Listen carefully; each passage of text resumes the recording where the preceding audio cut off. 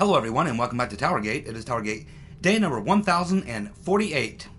Towergate 1048. And this is Tuesday. Thank you so much for tuning in. Alrighty, yeah, yesterday's upload was a little bit late. For some reason the video upload was dragging. So it was a little bit late getting uploaded, but it did upload, so hopefully that wasn't too bad for you.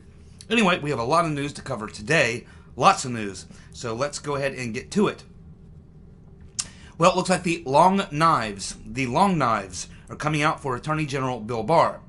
Clearly, as we've watched over the past several weeks, it's pretty obvious that there is a civil war going on inside the deep state. A civil war inside the deep state. And why is that? Well, because they know what's coming. They've obviously heard the type of questions that Durham is asking, and they know where that investigation is going. And they're observing Barr, and they, of course, know what Trump's all about. They know what's coming. And so the war is on. And clearly, they're going to do everything they can. They try to get rid of Trump. That didn't work. They're going to try to get rid of Barr. They're going to try to discredit Durham. And this is what we've been seeing. And they know what's coming. And as a result, they're at war. And that's the bottom line. It's pretty simple. Now, yesterday we learned that these 1,100 federal judges had an emergency meeting to discuss Attorney General Barr's decision to appoint a U.S. attorney to look at the Flynn case as well as his intervention in the Roger Stone case. The chief judge of this group is Cynthia Roof, R-U-F-E. And of course, she is a supporter of Judge Amy Berman Jackson, which tells you she's very corrupt. Now, this Federal Judges Association is simply a voluntary organization. They have no real authority over the Attorney General. They have no legal authority. There's nothing they can do. They can get together and have a meeting if they want to, but it's all PR. It's a circus. It's a publicity stunt, and it's just one more thing that they can do to try to discredit the Attorney General and his investigations, along with the President, who's the real target. Basically, they do not have any power to remove the AG. To remove the Attorney General, that would have to be done through the Senate, through impeachment, unless, Trump would have to fire him or he'd have to resign. If Trump doesn't fire him, and he's not going to, and Barr doesn't resign, and he's not going to, you would have to impeach him. That would have to be done in the Senate. And that's not going to happen as long as McConnell and Lindsey Graham are leading the Senate. So you can forget about that. So what does this all boil down to? Well, what it all boils down to is that Barr is laughing. He doesn't care. He's probably entertained by it. So it's a great big nothing burger, as they would say. Let them go ahead and have their meeting. Let them go ahead and have their circus. Go ahead. It'll get you nowhere. The investigations will continue, and the coup plotters will still be held accountable. In fact, this will probably only empower Barr and Durham. They're watching this, and they're like, oh, you want to have a war? You want to have a war? Is that what you want? Well, right now, we got the power to bring it to you. And I bet they will. Let's keep watching. Yesterday, Sidney Powell introduced a new court filing in the Flynn case. And in that filing, she states that, quote, Prosecutor Van Grack suppressed evidence to protect the prosecutors, his team, and the cadre of malfeasant FBI agents from the discovery of their negligence, crimes, and wrongs. Let me read that again. That's a very powerful and forceful statement. Sidney Powell writes, Prosecutor Van Grack suppressed evidence to protect the prosecutors, his team, and the cadre of malfeasant FBI agents from the discovery of their negligence, crimes, and wrongs. Now, keep in mind, Attorney General Barr has appointed this U.S. attorney to look into the criminal activity that went on in the effort to set up Flynn, which put him in this situation in the first place. There have been many court filings by Sidney Powell laying out all the evidence. And of course, this is just one more thing to add to it. Now, this U.S. attorney is going to be reviewing all of Sidney Powell's arguments and the evidence she has brought forward. There'll probably even be evidence she will now forward to this U.S. attorney that was shot down, that she filed motions for, that were shot down and not allowed to be entered into the court record. She's probably going to supply the U.S. attorney with that information as well.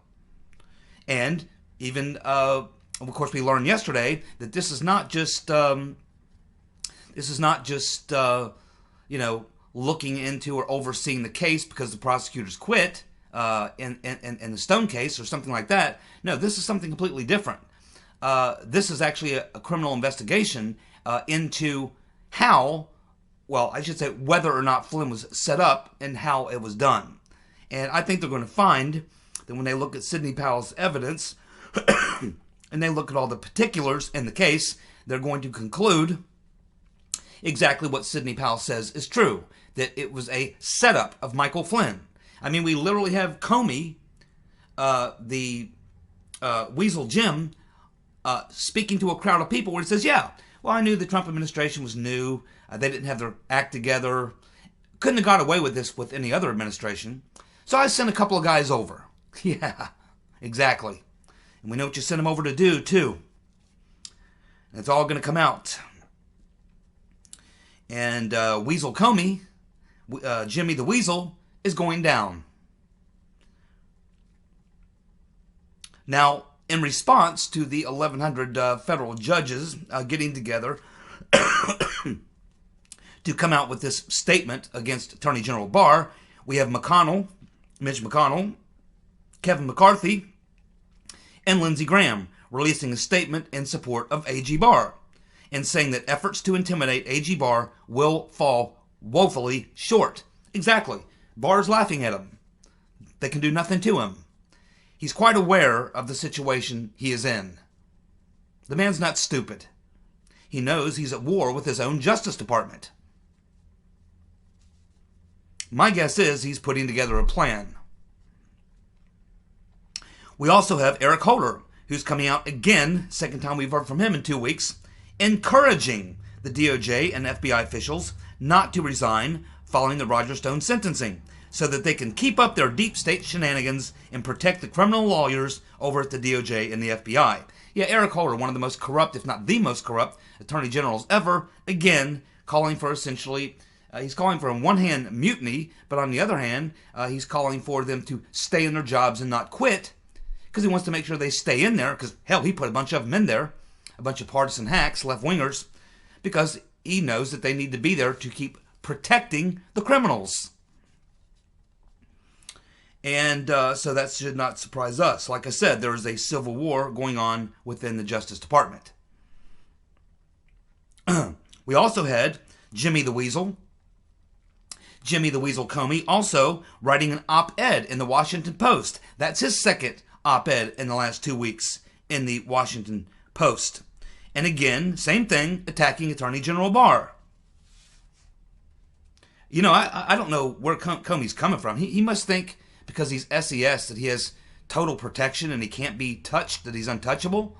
Because I don't know, if I'm Weasel Jim and I know that, you know, all the crimes I committed and that Barr and Durham have all the evidence, the last thing I'd be wanting to do is to be picking a fight with them and attacking them, knowing good and well they're probably not appreciating it very much. And they're probably going to hammer him just as soon as they put themselves in position to do so. And so, you know, this is just crazy by Jimmy the Weasel to be, again, attacking Barr like this. But he must think his SES status gives him some sort of immunity or something. It does not. It does not. Being an SES does not make you immune from prosecution. And I think he's going to find that out, and sooner than later. Yesterday, we had Trump doing some pardons. He pardoned Bernard Kerik, the former police commissioner of New York. Also, Michael Milken, who was involved in selling junk bonds back in the 80s, although he's been out of jail for a long time, as far as I know, unless he's back. And and he sort of dedicated the rest of his life to donating to charity. He still makes a ton of money, but now he gives a lot of money to charities, is my understanding. He also pardoned Eddie DeBartolo, the owner or former owner, I think he had to turn it over to his wife, of the San Francisco 49ers. And of course, he has commuted the sentence of Rod Blagojevich. Blagojevich. Okay, so Blagojevich is a Democrat, by the way. I think he did like 8 years. He's already served 8 years. I think he had more years to serve, but they gave him a pretty long jail sentence. And I think this is a dig at Comey, because Comey was the lead of the team, I do believe, that prosecuted Blagojevich. So they might be going back and looking at people that Comey prosecuted and other corrupt people to DOJ and looking at all those cases. And so this may have been a stick in the eye to Comey, Jimmy the Weasel, by Trump. Now, Blagojevich, I don't know how many of you saw they made a movie about it, about his life. I'm not sure if the movie is 100% based on all the facts. I don't know all the facts in the Blago case. Let's just put it that way. Blago. I don't know all the facts in the case. But it seemed like, certainly the movie version, that he was kind of set up. Now, he took the bait. They dangled it right out in front of his nose. It was a sting operation, more, which you see the FBI do that a lot of times. But it was I think it was a political attack for the most part. And, I guess Trump feels like 8 years was enough. And so he has commuted his sentence, despite the fact that he's a Democrat. Now, Trump also did a little presser before he left yesterday. And he said that he knows who Anonymous is. He's not going to tell the media, but he said he knows who Anonymous is. He also said he knows who the leakers are. He said he knows who Anonymous is, and he knows who the leakers are. Well, it looks like another Democrat is going down. Another Democrat going down. Quite a few of them in the last 2 weeks. Again, I think this goes back to this war that's going on. There's a little tit for tat going on here. So yesterday, the federal agents arrested Massachusetts Democrat David Nangle. And they arrested him on corruption charges. Apparently, he used campaign funds, defrauded the IRS out of tens of thousands of dollars, and then he tried to cover it all up. And apparently, and of course, this guy was in the Massachusetts State Senate, served on the Ethics Committee. Now, apparently, he got into trouble because he is a gambling addict. He lost a lot of money gambling. This caused him to have major debt issues. And, of course, needed to get some money together, so he started doing illegal things. Pretty simple. Very, very simple. It happens a lot. Well, we learned yesterday that Demo commie Senator Chris Murphy, admits to meeting secretly with the Iranian foreign minister in Germany. Now, you can be assured that he was telling the Iranians to oppose Trump. And this would actually violate the Logan Act. Maybe they should read the Logan Act and see if it applies to Senator Murphy. And if it does, he should be arrested. Go for it. Now, Amy Berman Jackson, the corrupt judge, is going to sentence Roger Stone on Thursday. But she may postpone his punishment pending his request for a new trial. I'd like to know, who was it that assigned Judge Amy Berman Jackson to the Manafort and Stone cases? Who gave her those two assignments? I'd love to know. Now, my guess is that she wants to get this sentencing out and get it done before the hearings begin for a mistrial. And because there's obviously going to be hearings. Because you have the floor person, the lead juror, this Tamika Hart, who outed herself as the floor person, the lead juror. And of course, Cernovich exposed her social media, which clearly shows she should never have been on that jury, especially the lead juror. I think that this case should end up in a mistrial. Any other case, anywhere in the country, if you found out that you had that type of a person, not just on the jury, but the lead juror, that case would be a mistrial. And that's the way it should go. But there needs to be a lot of questions asked, because as someone like this should never have gotten past the judge. So someone needs to put Judge Amy Berman Jackson under oath. And of course, they've got a record of the questions that this juror would have been asked and the answer she gave. They need to review the question she was asked and the answer she gave. They need to also question Amy Berman Jackson under oath and find out what her thoughts were. Because somebody messed up here. Either this lead juror lied, in which case that's a federal crime, or Amy Berman Jackson, purposely put a biased, prejudiced person on the jury, in which case that would be, I would think, a felony for a judge. Something's going to go on here. I don't know what. The case should be a mistrial. What happens after that in those hearings, we'll just have to wait and see. But I wouldn't want to be Amy Berman Jackson. Now, as we know, the 4 prosecutors, including Mr. Van Grack, who was largely involved in this case as well, we know that those people are gone. So we will have to see exactly what happens in these 2 cases with Flynn and Stone. They're obviously both the Flynn case. I think when this U.S. attorney looks at all the evidence that it's going to be thrown out, and I wouldn't doubt, but what that could lead to a criminal investigation or criminal charges against Comey, McCabe, Strzok, and Pientka for setting up Flynn. As far as the Stones case is concerned, Roger Stone's case, they absolutely have to call in the juror, question the juror and the judge. And she's busted. I mean, it's not a question really of whether or not she's biased and prejudiced and should not have been in the jury. Cernovich revealed all over social media, and that's now clear. That's no longer an issue. Yes, she was prejudiced. Yes, she was biased. No, she should never have been a juror. The question is, when she was given her questions and her answers, what were the questions and what were the answers? And the judge, Berman Jackson, needs to be questioned about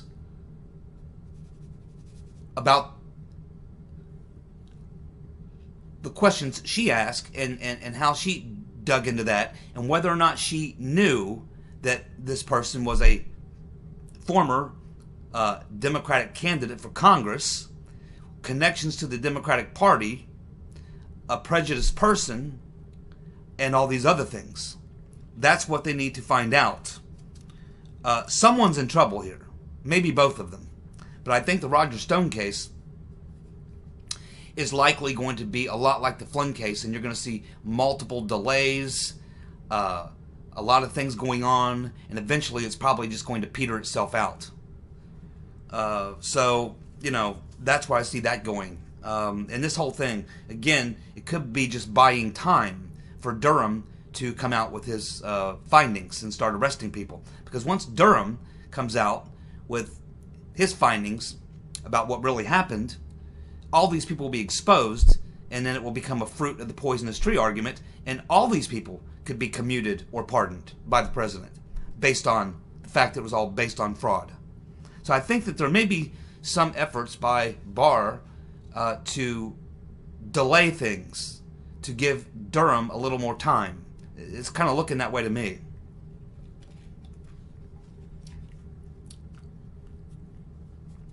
And of course, we have Trump threatening to sue the deep state operators and the operatives behind the Mueller witch hunt. Yep, Trump threatening to sue the people behind the Mueller witch hunt. That's got to make Andrew Wiseass pretty nervous. And he should be. And yes, Trump should sue him. Take him to civil court. If you can't get justice to the DOJ, go to civil court. It's pretty unusual for a president to do that, a sitting president, but a lot of things that are happening right now to Trump are quite unusual.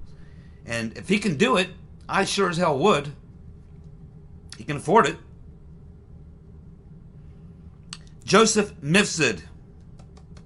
I told you he wasn't dead.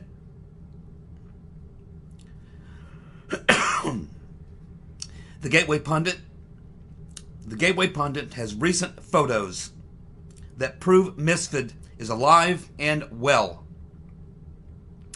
They have obtained sex photos of Mifsud with 2 prostitutes taken in his apartment in 2018.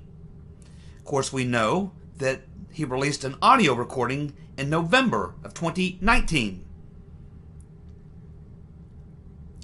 And of course, the rumors are that he's likely being protected by Italian intelligence. Now, the last time we talked about Mifsud, we were talking about the fact that the Italian papers were reporting that the last time Barr and Durham were in Italy, that the conversations between Barr and Durham and government officials in Italy got very heated because Barr and Durham were pressing them on Mifsud and whether or not they know where he is.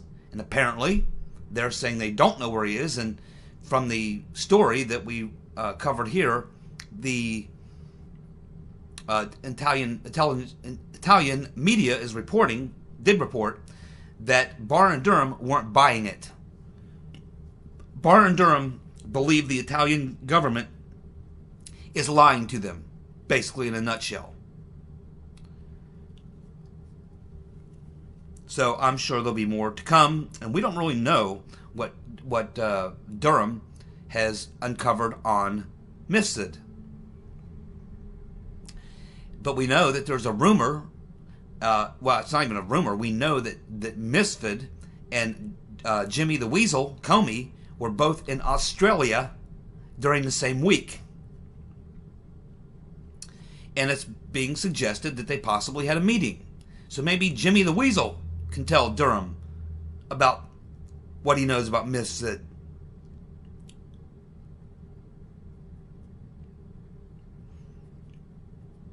Of course, they recovered those 2 phones from Mifsud. They heard this, I guess, deposition that Mifsud gave, where he went to intelligence Italian officials and asked for protection. Why would he need protection? And from whom would he need that protection? I'm sure those are the first 2 questions that Barr and Durham had. There'll be more to come on this. For all we know, Durham's tracked down Mifsud, and he's like in a safe house somewhere. We don't know. We just don't know. Paul Sperry. Molly Gaston, Gaston, Molly Gaston, is the U.S. attorney who signed the letter to McCabe's lawyer informing McCabe that she was closing the criminal case against him. Gaston is a Demo-commie who gave thousands to Democrats, including Obama, and who once worked for the Democrats on the House Oversight Committee. And her mom works for the Washington Post.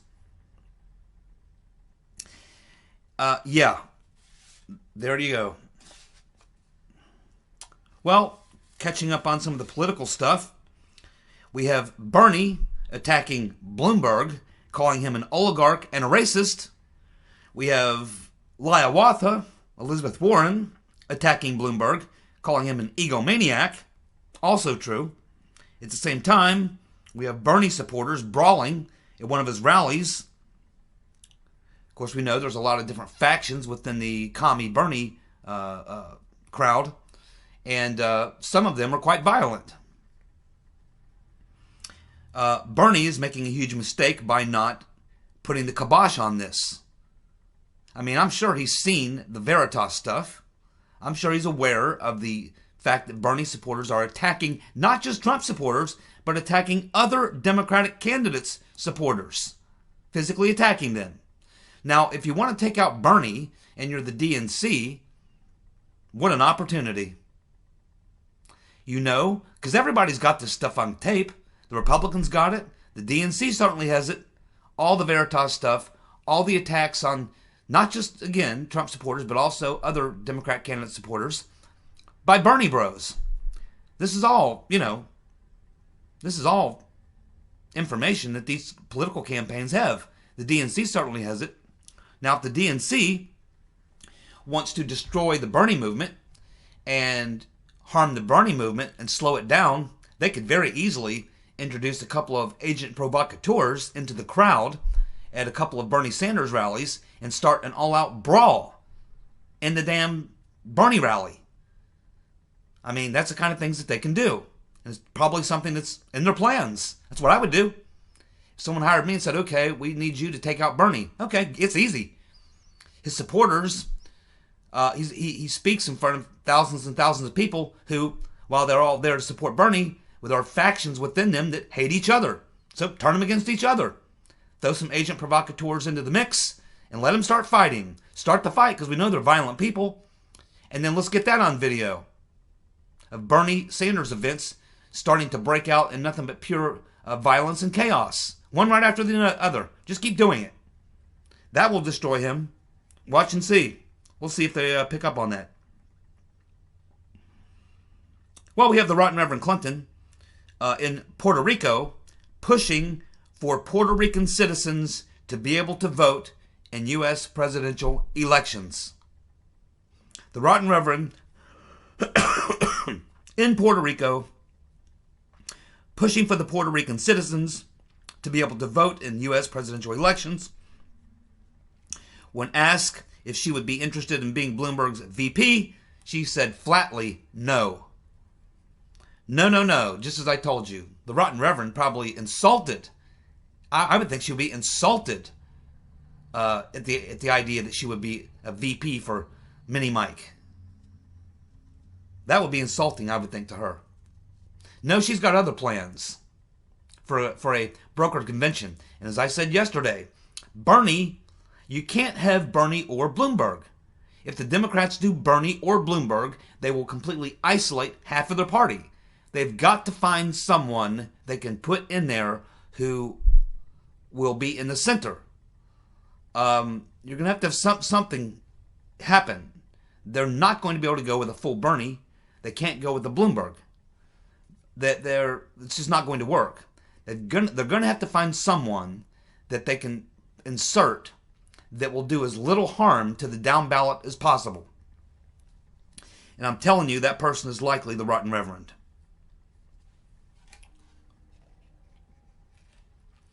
And there's no way she would step aside for Bloomberg. No way.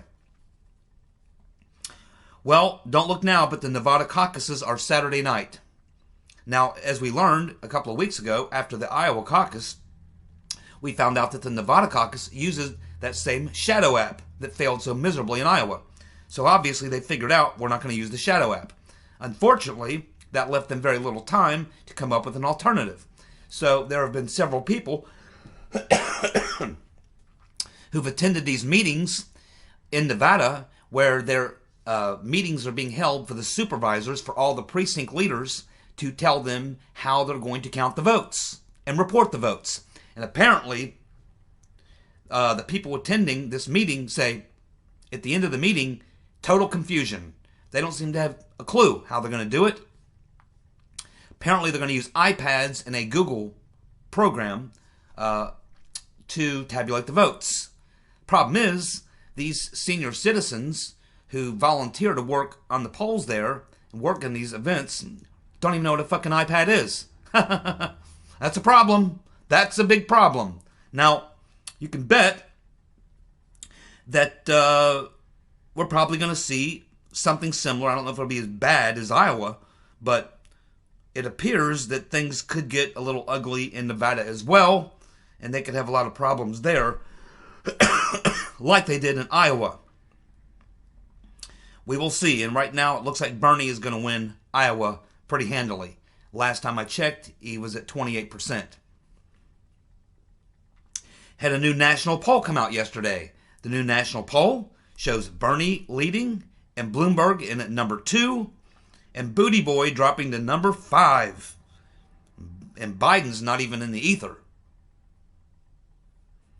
Yeah, I mean, like I said yesterday, after Super Tuesday, a lot of these candidates will be gone. There simply won't be any money. If you're not in the top 3 after Super Tuesday, the money dries up. Now, if you're self-funded or you have some billionaire backing you, you might be able to stay in the race. But most of these candidates in the field after Super Tuesday will be forced out because they will have no money to continue. And there's just not room for that many people. There's room for 3, maybe 4 people to continue after Super Tuesday. Now, we know that 2 people who are absolutely can stay in the race regardless are Bernie, largely because, number 1, he's leading in the national polls. Number 2, he has a base that will continue funding him. And, of course, Bloomberg, because he can self-fund as much money as he needs. That's a problem for Klobuchar, Hiawatha, Buddy Boy, and Biden. For them, finishing outside of 3rd place is pretty much the end of their campaign because the money will dry up. But if the Democratic Party wants to make sure Bernie doesn't get the nomination free and clear and arrive at the convention with enough delegates to cinch it or clinch it, then they're going to have to keep as many people in the race as possible. They want that vote diluted as much as possible. Now, if you look at, honestly, if you look at, even though Bernie's getting the major play, he's showing leading in a lot of these states, California, Texas, now Nevada, he's catching Biden in South Carolina. But when you look at the overall field and where the ideology is, where the votes are going, it still looks like the extreme communist left, which would be Commie Bernie and to some extent Hiawatha. If you add up their numbers, it's still only about 35%. So that's like I said, even if Bernie picks up another 5% and gets to 40%, it's still not enough to capture. I think they need, 2,375 delegates to get to the convention. So Bernie is not going to hit that number unless everyone else drops out. If it's just he and Bloomberg on Super Tuesday, yeah, he'd probably get the votes. But it's not. There's going to be 5, 6, 7 people pulling votes down on Super Tuesday. Now, most of them won't get enough to continue. They'll run out of money. But it's enough to divide and separate out enough delegates on Super Tuesday to keep Bernie or Bloomberg from being able to capture what they need to go in the convention and close the deal. And you can bet that the deep state will probably, in the Democrat Party, will probably try to keep at least 1 or 2 centrist in. They'll probably try to help, maybe even help Elizabeth Warren to stay in so she can continue to draw 5 or 10% from Bernie. At the same time, they could bankroll up Klobuchar, maybe Buttigieg, and along with Bloomberg, those 3 would still capture the majority of the votes. So the extreme left wing is still not holding the majority of votes and what will eventually be delegates. So this is where the problem is. And this is why you'll likely end up with a brokered convention. And when they cheat Bernie, which they will, his supporters, which we now know are some fairly radical, violent people, certain elements of his fan base, they're going to act up in a big way. That's, of course, expected. I'm sure they've already made plans for that, and we'll just have to see how it all plays out. Thank you so much for tuning in. Out of time. See you back tomorrow. Bye.